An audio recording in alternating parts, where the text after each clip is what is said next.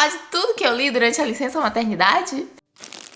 Oi gente, eu sou a Barbie e no vídeo de hoje eu vou compartilhar com vocês as minhas leituras dos meses de fevereiro, março e abril. Confesso pra vocês que eu achei que não seriam meses muito leitores, mas depois disso que eu descobri que os 50 minutos que eu gastava, né, a cada 3 horas amamentando minha recém-nascida, eu podia ler, minha filha, minha vida virou, entendeu? Hoje em dia eu já não tenho tanto esse tempo porque ela mama mais rápido, já não mama nessa mesma frequência, mas fevereiro e março foi assim, ó, um pitel, e eu vou compartilhar todas essas leituras com vocês. Vou começar falando de Estrelas do Norte, que foi minha primeira leitura de fevereiro. Finalizei a série Bússola, que eu estava assim sedenta por fazê-lo, entendeu? E eu gostei demais desse livro, apesar de que eu achei que ele teve uma pegada um pouco mais teen do que dos outros volumes da série. Os personagens são mais novos. A gente tem aqui um casal protagonista, que é a Hayley e o Aidan. Eles se conhecem de muito tempo, foram muito amigos no colégio e tal. E o Aidan sempre teve uma veia pra atuação, então ele começou a trabalhar aí na TV, né? E conquistou papéis de muito sucesso. E ele e a Hayley tinham aquela amizade ali muito forte que acabou se desenvolvendo para um relacionamento amoroso. Só que ela sempre foi uma menina que sofreu muito bullying, ela sempre se sentiu muito pra baixo. E quando o Aidan começou ali a ganhar sucesso, né, ela se sentia um pouco inferiorizada com relação a ele. E além disso, ela tinha ali algumas questões, porque o Aidan gostava muito da Hayley, ele acabava dando muito mais atenção pro relacionamento deles do que pra carreira. E isso acabou prejudicando um pouco a carreira dele. Então tem várias questões que vão sendo abordadas ao longo da narrativa e que vai fazer com que esse casal se separe. Alguns anos depois, eles se reencontram e é nesse reencontro que a gente vai colocar tudo em pratos limpos. Só que apesar de ser alguns anos depois, o começo do livro eles têm seus 16, 17, ou alguns anos depois é tipo 5, então eles têm 23. Eles ainda têm uma mentalidade um pouco juvenil, de certa maneira. Então eu achei que esse livro foi um pouco não digo que menos profundo, porque as problemáticas que são abordadas entre o casal protagonista são problemáticas muito profundas. Mas ele foi um pouco mais teen do que os outros volumes da série. Só que ainda assim foi um livro muito gostoso de ler, o desenvolvimento foi muito fluido, a forma como a Brittany colocou as questões dos personagens, as resoluções, o próprio relacionamento entre o casal protagonista, eu acho que foi muito gostoso de acompanhar. Então foi uma trama que eu curti demais, eu acho que fechou com chave de ouro. A série Bússola, indico bastante pra vocês. Eu sigo Com Luzes do Leste como o meu livro favorito dessa série, porque aquele ali é um pitel, mas a série como um todo, assim, pra quem já leu Brittany ou pra quem não leu Brittany, é uma série que eu indico bastante, porque dá pra você conhecer muitos tipos de narrativa da autora, muitas formas dela de contar histórias, sendo que todas estão ali dentro do âmbito do romance. Então, se você é romântica como eu, acho que você vai gostar bastante. Depois eu li o A Filha Italiana. Esse aqui foi o primeiro volume de uma série, foi a leitura do mês de fevereiro do Clube Lovers, que é o meu clube do livro dedicado a livros de romance. Se você não conhece, clica aqui no link da descrição. Acontece lá pelo Patreon. Todos os meses a gente lê um livro em conjunto, compartilha essa experiência de leitura. Este mês a gente vai ler o lançamento da Emily Henry, então assim, é uma ótima oportunidade de você participar de um clube do livro, de você ler bastante livro e também de você criar aí uma rede de amigas leitoras. E em A Filha Perdida a gente vai conhecer a história da Lily e do Antônio. A Lily, ela é uma garota aventureira, sabe? Ela vive viajando, ela vive experimentando coisas, ela não é muito ligada a relacionamentos. E a mãe dela tá sempre cobrando isso dela, mas ela tá tipo, tá tranquila. E aí um dia ela tá voltando ali de uma temporada na Oceania, quando ela recebe um convite do advogado da avó dela pra ir no escritório dele. Ela vai sem entender muito bem o que tá rolando e lá ela recebe um pacote que era endereçado a essa avó dela que já faleceu, a mãe do pai dela. E ela fica curiosa com relação àquilo, porque é uma coisa meio mística ali, é um negócio, uma situação que aconteceu na Itália, ela não sabe muito bem o que é, tem uns detalhes assim que são meio... tem que investigar para descobrir, e ela fica curiosa e casa justamente que ela está indo para a Itália para trabalhar num vinhedo, que é o vinhedo da família do Antônio. Então ela vive trabalhando em vinhedos em vários cantos do mundo e ela tá muito empolgada por este vinhedo.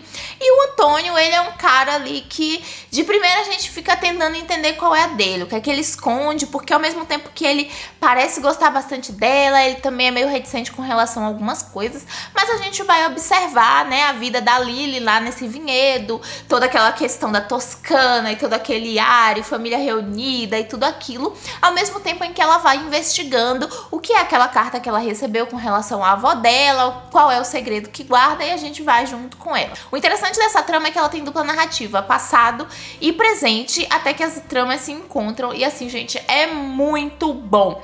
A gente que escolheu o livro pro clube, a gente tava assim, ok, parece que é legal, mas a gente não tava dando aquele embasamento pro livro. Só que quando a gente leu, cara, muito bom, a maioria das pessoas gostaram, a discussão foi muito legal. Então, assim, indico bastante. Tenho muita curiosidade em ler os outros livros dessa série, porque são várias mulheres que vão receber cartas, cada uma vai aí pra um canto. Então eu acho que, enfim, é uma série muito gostosa de ler, dessas que misturam passado e presente, que particularmente eu gosto bastante. Então indico muito pra vocês também. E se eu não tô louca, ele tá no Kindle Unlimited. E daí eu li um conto da Olivia Oviplas, que vocês sabem que eu rasgo uma seda pra Olivia Oviplas, gente, porque ela é uma das minhas autoras favoritas. Eu amo a forma dela de contar história. E eu li o Eu Pediria Por Você, que é um conto ali meio que prequel de Faça um Pedido, que é um dos meus livros favoritos da vida. Nossa, é maravilhoso. E a gente vai conhecer a história da Maeve e do Theo. Só que a gente vai ter viagem no tempo, mas dessa vez é o Theo indo pro passado. Então ele vai pra um tempo onde ele não conhece a Maeve, onde eles ainda não tinham se encontrado. E aí, gente, é lindo. É absolutamente lindo, porque ele tá apaixonado por ela, ele sabe que, né, ela tá passando por uma situação complicada ali, ele quer se aproximar dela, mas sem fazer com que ela ache que ele é louco, ou, enfim, sem também bagunçar o presente. Então, ai, é maravilhoso. É um conto de tipo 100 páginas, mas é uma delícia de ler e eu indico demais. E também indico demais que vocês leiam, façam um pedido, porque é um livro fantástico. E esse casal, assim, tem todo o meu coração, eu não tô nem brincando. Depois eu terminei um livro que eu tinha lido, começado a ler em janeiro, que é o Pretty Things on Shelves.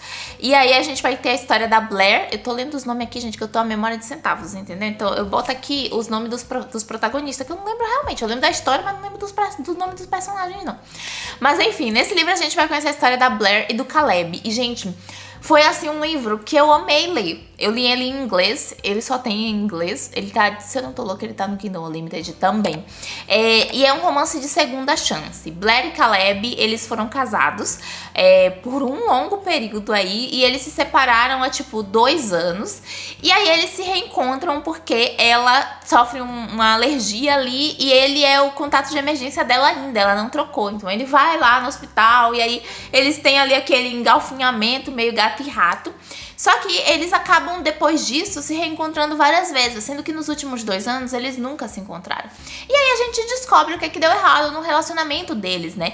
Teve muito uma questão de que eles meio que foram obrigados a se casar por conta da religião onde eles estavam inseridos. Então os pais meio que organizaram esse casamento há muito tempo. Eles também estavam presos a essas questões da religião, especialmente a Blair. E ela não era muito feliz, ela não tinha liberdade, não dentro do casamento, mas dentro da unidade familiar que envolve não só eles dois, mas a família deles dois, sabe? E aí a gente vai vendo eles se reencontrando ali, eles percebendo que apesar de tudo isso, que apesar de meio que eles terem sido manchados por conta de todas essas questões, eles ainda se gostavam muito, eles tinham sido amigos antes de serem casados, então tinha todo ali um passado, e a gente vai discutindo isso ao longo da narrativa, e eu amei, assim, é um livro muito bonito, é um livro bem sublime, bem gostoso de ler, bem gostoso de acompanhar, e todo o desenvolvimento da trama de segunda chance é muito bonito, então indico demais pra vocês, acho que vocês vão amar. Daí eu terminei fevereiro lendo Por um Triz. Gente, que livro bom!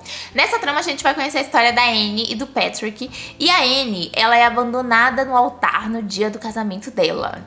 Gente, a menina largada do altar, entendeu? Ela tipo fica muito pistola porque o cara nem liga pra ela, o cara avisa pra cerimonialista e pica a mula, ela nem sabe onde é que ele foi parar. E aí ela tá triste, sem saber o que fazer, porque ela mora na casa dele, sem saber qual caminho seguir. E ela vai ali pra academia e tal, e aí ela reencontra, na verdade, o Patrick, que é uma pessoa do passado dela que ela não tinha muitas lembranças, não. Só que ela tem ali a viagem de lua de mel. E aí os sogros falam, não, aproveita essa viagem, porque foi um presente dos sogros. Aproveita essa viagem, vai com a amiga, vai, sabe, aproveita. E aí ela conta pro Patrick e tal, eles meio que criam uma amizade, ele fala, eu vou com você. E ela fica tipo, hã? Como assim, cara? Eu te conheço de onde? E aí não, vira o que vulco, eles vão na viagem, entendeu? E assim, os sogros pagaram tudo do bom e do melhor, é avião de primeira classe, é suíte presidencial, é uns negócios assim, muito que ela tá se sentindo no céu, sabe? E ela vai nesse rolê com o Patrick. E o interessante do livro é que eles, assim, vão desenvolvendo ali um relacionamento, a gente vai percebendo que eles estão se gostando, mas a trama, ela é muito mais focada no desenvolvimento pessoal da Anne, nela entender como é que ela vai viver agora, depois que esse relacionamento acabou, como é que ela vai, né, se virar sabendo que ela foi abandonada no altar, o que ser abandonada no altar realmente significou pra ela, se é que eu posso usar a palavra significou, mas também o que aquele relacionamento que ela tinha com esse ex-noivo era pra ela, se ele realmente era o cara pra ela, se ela tava vivendo esse relacionamento apenas porque era conveniente, enfim. Eu gostei bastante, é um livro bem fluido, assim, bem rápido de ler também, mas é uma trama que faz a gente questionar um pouco dos nossos relacionamentos e por que a gente tem relação com algumas pessoas, sabe? Então, eu gostei demais e eu acho que vocês vão curtir também. Ai, bem delicinha, gente. E bem assim, humor, sabe? Ao mesmo tempo que traz essas reflexões, também é um livro bem humorístico, então eu gostei bastante. E foi assim que eu terminei o mês de fevereiro. Daí chegamos em março e eu comecei em março, assim, procurando livros, não diferentes, mas procurando clichêzão pra ler, sabe? Porque eu tava querendo livros que eu não precisasse pensar muito, porque vocês sabem como é a cabeça de uma puerpéria, né? A gente tá, tipo, surtando já, então eu queria livros tranquilos. Aí eu fui ler o quê? Rei da Ira, entendeu? Porque muita gente tava falando dessa série, muita gente tava falando da autora, né, Anne Huang, e eu tava curiosa pra descobrir como era a narrativa dela, e aí fui lá em Rei da Ira. E, gente, que livro bom! Eu amei, cara!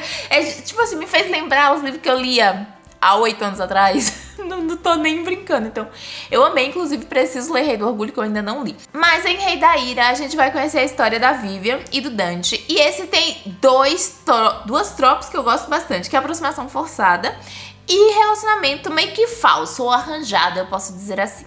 Mas, basicamente, a Vivian, ela vem de uma família ali que é rica, mas que não tem nome, sabe? Não é uma família de berço, é uma família que ficou rica, só que dentro da sociedade ela é só uma família rica, sabe? Ela não é uma família prestigiada e tal. Enquanto o Dante vem de uma família super prestigiada. E aí, no meio de um vucu-vucu, de uma treta, eles ficam noivos, entendeu? Só que o que a Vivian não sabe é que ela meio que tá sendo usada ali, porque a família dela é a arqui-inimiga do Dante. E o Dante tá, né, ficando noivo dela ali, meio que pra vingar a família. Enfim, ele tem um plano maléfico por trás. Só que quando ele começa a conviver com a Vivian, ele começa a se apaixonar por ela. Ele não espera que ela seja a garota que ela é, porque ele tava esperando uma menina mesquinha, super, né, ególatra. E ele descobre que ela é uma mulher muito divertida, uma mulher que corre atrás dos seus objetivos, uma mulher que, apesar de vir de berço de ouro ali, ela entende o valor do dinheiro. Então, ela tem suas malemolências ali que acabam convencendo ele. E é muito gostoso acompanhar o desenvolvimento do relacionamento deles, porque eles têm uma vibe meio enemies to lovers ali, ela tá bem pistola com essa ideia do relacionamento arranjado, só que ao mesmo tempo ela tem aquela sensação de dever com a família, mas a família dela é péssima. Então, assim, gostei muito do desenvolvimento, gostei muito da história. Eles dois são bem gato e rato, e é muito gostoso de acompanhar. Então, eu achei que eu comecei com o pé direito os livros dessa autora. Eu fiquei curiosa com relação a uma outra série dela também, que agora eu esqueci o nome, mas o El vai botar umas capinhas aqui pra mim. Eu fiquei curiosa, só que muita gente falou que é meio bomba, assim, que é um pouco, entendeu? Me conta aqui nos comentários se você já leu as duas séries dela, o que você achou, se a outra série realmente é bomba, se não é bomba. Me conta. Se você acha que eu vou achar bomba, talvez eu não ache bomba, talvez eu apenas ignore que é bomba. Tem tudo, tem todas as opções aqui. Me conta aqui nos comentários. Daí, eu fui ler Operação Paixão, que eu tava muito empolgada, porque tinha muita gente falando sobre esse livro no Instagram, bombou. E assim, eu gostei, mas eu confesso que, não sei, eu esperava mais, talvez. Ou eu acho que ele demorou um pouco pra engatar comigo. Talvez tenha sido isso também. Mas nessa trama a gente vai conhecer a história da Sydney e do Nick. A Sydney, ela trabalha pra CIA, e ela é, tipo, alto nível ali. E ela é chamada para uma nova operação. O que ela não espera é que essa operação vai envolver a própria família dela, porque a irmã dela está noiva de um criminoso de alto calibre, entendeu? Então, ela tá assim desesperada e aí ela volta para casa justo ali na semana do Natal, porque a irmã dela vai passar o Natal na casa da família dela junto com este noivo e a CIA, né, quer que ela descubra, é CIA ou FBI? É CIA, mas ela vai trabalhar para o FBI nessa ação. É isso. Mas enfim, eles querem que ela descubra porque o cara aparentemente tá planejando uma coisa muito grande e querem que ela descubra o que essa coisa grande é. E aí ela volta pra casa e ela tem umas questões assim com voltar pra casa por conta do relacionamento dela e da irmã com o pai que abandonou elas. Então ela tem umas questões, uns daddy issues aí, umas questões familiares. Mas ela volta pra casa da avó, né, onde a irmã tá, pra tentar desvendar isso. E aí ela vai ter que lidar com o Nick, que é o braço direito do noivo da irmã dela, entendeu? Só que ela começa a gostar do Nick. E aí é que o buraco fica mais embaixo, porque ela tá o quê? Gostando do inimigo, dormindo com o inimigo, gente. A treta é gigantesca. Mas assim, o livro é bem gostoso, eu achei a sinopse muito interessante, então foi isso que me fez ir pra ele. Só que eu acho que ele demora um pouco pra engatar, sabe? Ele demora um pouco pra acontecer. Quando a gente descobre o X da questão, tá? O X ali, fica muito bom. Aí você flui, meu Deus do céu, parece água de riacho, entendeu? Fica muito gostoso. Mas até chegar nisso, eu confesso pra vocês que eu tava meio... pelo amor de Deus, termina! E o livro não acabava, então... Mas quando chegou nisso, eu falava, não termina não! Então, enfim, esse tipo de coisa. Depois, eu li Nora Sai do Roteiro. Gente, que livro bom! Pelo amor de Deus, eu amei, eu amei. Eu acho que eu tenho uma questão com livros que trazem protagonistas escritoras, sabe? Protagonistas dentro do universo do romance, alguma coisa nesse tipo. Mas essa foi a minha última leitura de março. E nessa trama a gente vai conhecer a história da Nora. A Nora, ela escreve filmes de romance clichê. Sabe esses filmes de sessão da tarde? Esses filmes que passam em cana pago, que assim... não é ruim, mas também não é tão bom. É uns filmes assim, entretenimento que ela escreve super rápido pra vender pra canal de televisão. Aqui na Espanha tem muito isso. Eu acho que no Brasil não chega a ter, mas aqui na Espanha tem tipo, toda tarde passa um filme de baixo orçamento alemão. É muito engraçado. É sempre umas histórias muito parecidas, sabe? Mas enfim, ela escreve esse tipo de história. Só que agora ela escreveu uma história que, assim, está prometendo muito. Porque justamente é a história dela, é o término do casamento dela. E aí essa história está prometendo tanto que o filme dela vai ser um filme de alto orçamento, um filme com chances de ser indicado ao Oscar, um filme gigante. E uma parte desse filme vai ser filmado na casa dela, onde no fundo ela tem uma casinha de chá, que é onde ela vai escrever e que é onde ali parte importante da história se passa. E aí o cara que vai protagonizar a trama é o Léo, que é um ator assim de alto escalão, entendeu? Tanto no sentido beleza do cara que é um gato, quanto no sentido de histórias que ele trabalha, enfim, pra que ele é escalado ali pra trabalhar. E aí ele vai lá, roda as cenas, tá, ok, ela fica lá meio... o que tá acontecendo aqui, a família dela também, que ela tem, se eu não tô louca, 2 filhos, que a memória aqui da gata é de centavos. 2 filhos, ela tem 2 filhos, um menino e uma menina. E aí, o menino, inclusive, tem muito problema por causa do término, né? Mas, enfim, questões que vão sendo abordadas ao longo do livro. Eu achei lindo como isso foi tratado. Mas daí, todo mundo vai embora depois dos 3 dias de gravação, só que o Léo não. O Léo fica. E o Léo pede pra ela pra passar uma temporada ali. Vai pagar um aluguel, quer passar uma temporada ali porque ele quer desanuviar a mente dele. E nisso ele acaba meio que entrando na convivência familiar. E ele acaba conquistando não só a Nora, mas os filhos dela. E assim, gente, como foi lindo. Nossa, eu amei o desenvolvimento da trama. Eu amo esse tipo de livro, assim, com personagens mais maduros, que estão dando uma segunda chance, não para relacionamentos apenas, mas uma segunda chance pra vida. Eu gostei muito de como foi desenvolvido. Eu amei os personagens. Eu quis socar pessoas em alguns momentos. O final, gente, foi um plot twist que eu fiquei assim, como que isso está acontecendo? Eu quase surtei e amei demais, indico muito pra vocês, acho que vocês vão curtir bastante também. E aí chegamos em abril, tá? E eu confesso que abril foi flop, entendeu? Abril, o negócio já tava desandando um pouco, eu já tava Não sei também, eu acho que eu tava um pouco cansada. Ai, gente, não sei, Abril foi flop. Mas o primeiro livro que eu li foi Um Feitiço de Amor. E assim, eu acho também que esse livro me tirou um pouco da vontade de viver. Confesso pra vocês, assim, foi um livro que eu gostei até, depois que eu terminei. Mas que eu demorei um pouco pra gostar. Assim como aconteceu com Operação Paixão. Mas eu acho que esse ainda é um pouco mais. Mas é que a trama, ela vai girar em torno da história da Gemma e do Dex. E eles são melhores amigos.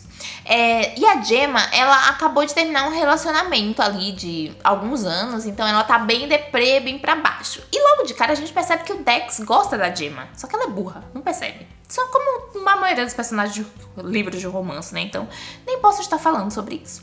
Mas enfim, ela termina com esse cara e ela tá meio borocochô. E a avó dela é dona de uma livraria. E aí a avó dela fala, ai, vem cá, eu recebi um livro aqui de fazer feitiço, vou fazer um feitiço pra você esquecer esse macho. Ela faz o feitiço. Só que o feitiço funciona. Mas assim, não acontece dela esquecer o macho. Acontece dela ir parar numa outra linha do tempo, numa outra realidade, onde a Gemma tem uma outra vida. E nessa outra vida da Gemma, o Dex está presente, mas eles quase não se falam. Eles têm uma loja na mesma rua ali, mas eles não se conhecem, não tem uma grande questão, entendeu? E aí ela fica meio desesperada, porque ela é meio que realizada de algumas maneiras nessa nova vida, mas ela é desrealizada de outras maneiras. Só que a pessoa que ela mais gostaria de ter contato é do Dex, e ela não tem. Mas aí ela vai se aproximando dele e ela vai percebendo que ela tá gostando dele de uma outra maneira, entendeu? Se é que vocês me entendem, e vocês me entendem, que eu sei que vocês me entendem. Então eles começam ali a se envolver e tal, só que nessa vida o Dex tá na merda, entendeu? Tipo, tá tudo muito ruim pra ele, só acontece tragédia, gente. E aí ela fica num paralelo de eu continuo nessa vida onde eu estou com ele e gosto dele, ou eu vou pro futuro. Na verdade não é o futuro. Eu fiquei pensando muito entre linha do tempo de passado e futuro, mas não é passado e futuro, são duas linhas do tempo, sabe? Ou eu volto pra minha linha do tempo principal, onde ele é feliz, mas a gente não é um casal. Então, esse é o questionamento mais forte da personagem ao longo de todo o livro, né? Desde quando ela percebe que ele não conhece ela já quer voltar, porque ela prioriza muito essa amizade com ele. E assim, logo que ela chega, eu achei que ficou muito chato o livro. Eu confesso pra vocês, achei um porre, entendeu? Tipo, toda a parte deles se conhecerem novamente, dela se entender. Ai, gente, achei muito chato. Eu acho que até uns 33%. Foi justo, eu marquei muito, 33%. Até isso eu achei a história um porre. Depois disso ficou gostosinha. Eu terminei rápido. Mas assim, não apagou os 33% ruim que eu li. Entendeu? Então, é isso. Me conta se você leu Um Feitiço de Amor e você gostou de tudo. Porque eu gostei dos 66% final. 67, né? Mas os 33 iniciais pra mim podia embalar tudo e jogar fora. E aí eu finalizei o mês de abril lendo Doces Rivais, da Olivia Viplais, mais um livro da Olivia Viplais. E eu vou falar bem ligeiro porque a minha câmera está super aquecendo. Mas esse daqui foi uma trama muito gostosa que vai ser publicada. Na verdade, quando esse vídeo for lá, ela foi publicada na sexta-feira anterior. Que esse vai no sábado, então foi na sexta. Mas hoje é quinta que eu tô gravando, então eu tô confusa. Mas nessa trama a gente vai conhecer a história da Mariana e do Estevão. O Estevão, ele é dono de uma padaria em um bairro que uma construtora grande já comprou todos os lugares pra fazer um shopping e só ele não vendeu a sua construtora. E aí, o escritório de advocacia dessa construtora, só ele não vendeu sua construtora não, só ele não vendeu sua padaria. E o escritório de advocacia dessa construtora envia a Mariana pra ela conseguir convencer o Estevão a vender a sua padaria em troca de uma promoção. E ela vai lá nos seus 1,50 m de pura determinação tentar fazer o cara, né? Não conquistar, mas fazer o cara vender. E aí, no final, ela quer realmente conquistar o cara, porque o cara é um grande gostoso, de bigodinho, braços fortes, amassando pão, entendeu? E ela vai lá pra padaria dele todo dia fazer cena, sentada, sem comprar nada, ficar tentando convencer o cara a vender o bagulho ao mesmo tempo que tá lá apaixonadona por ele. E ele, obviamente, está apaixonado pela endiabrada também. E assim, gente, muito gostoso. Tem toda essa questão do Estevão, de por que ele não quer vender, que é uma padaria que tem ali um apelo sentimental, porque tá gerações da família dele. Só que ao mesmo tempo, ele leva essa padaria de uma maneira muito na obrigação. Também tem a relação da Mariana, de que ela trabalha nesse escritório muito mais por uma convenção familiar ali, de, enfim, fazer a família dela perceber que investir nela teve sucesso, porque ela tá trabalhando num escritório de sucesso, mas na real ela não é muito afim do escritório, enfim. Tem umas questões ali entre os personagens, mas o desenvolvimento do relacionamento deles, eles sendo gato e rato até meio que 50% do livro, é muito gostoso de acompanhar, e eu amei, me diverti horrores, foi muito fluido, como tudo que a Olivia escreve, e assim, maravilhoso, 10 de 10, indico demais pra vocês. Gente, confesso pra vocês, eu acho que este é o vídeo que eu falei de muitos livros de uma maneira mais rápida. Talvez eu até esteja sem fôlego, você não precisa nem botar na velocidade 1.5, porque eu já falei na velocidade 1.5. Porque eu tava com medo da câmera superaquecer, confesso pra vocês. Mas, enfim, essas foram as minhas leituras de Licença Maternidade. Me conta se você já leu algum desses livros, o que é que você achou, eu vou adorar saber. Se você gostou do vídeo, clica no joinha pra mim, se inscreve no canal e ativa as notificações pra receber tudo que eu publico em primeira mão. Todos os livros estarão listados aqui no box de informações. Eu te espero no próximo vídeo. Beijo e tchau!